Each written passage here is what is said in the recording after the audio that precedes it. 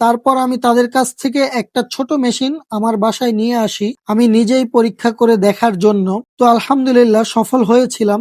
আসসালামু আলাইকুম। ১,০০০ দিনের চ্যালেঞ্জের ৬৩তম দিনে আপনাকে স্বাগতম। গত কয়েকদিন আগে একটা ড্রায়ার মেশিন দেখেছিলাম, কিন্তু এই মেশিন দিয়ে আমাদের কাজ হবে কিনা তা বুঝতে পারছিলাম না। তারপর পরীক্ষা করার জন্য তাদের কাছে খেজুর দিয়ে আসছিলাম, কিন্তু তারা পরীক্ষা করে দেখলো খেজুর শুকায় না। তারপর আমি তাদের কাছ থেকে একটা ছোট মেশিন আমার বাসায় নিয়ে আসি আমি নিজেই পরীক্ষা করে দেখার জন্য। তো আলহামদুলিল্লাহ সফল হয়েছিলাম। মেশিনে খুব সুন্দর করেই কাজ হচ্ছিল।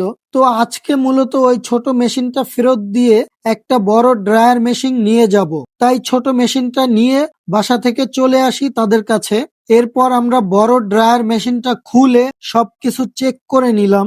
এরপর একটা স্লাইসার মেশিন টেস্ট করে দেখলাম নাট সিডস কাটিং হয় কিনা, এটাও আমাদের সামনে প্রয়োজন হবে। এরপর আমরা ড্রায়ার মেশিনটা নিয়ে বাসায় চলে আসি। বাসায় এসে মেশিনটা আনবক্সিং করে সেট করা শুরু করলাম।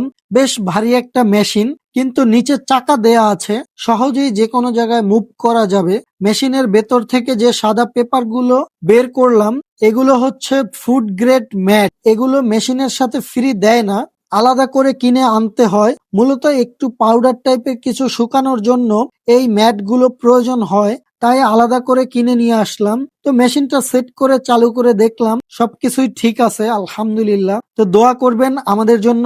আসসালামু আলাইকুম।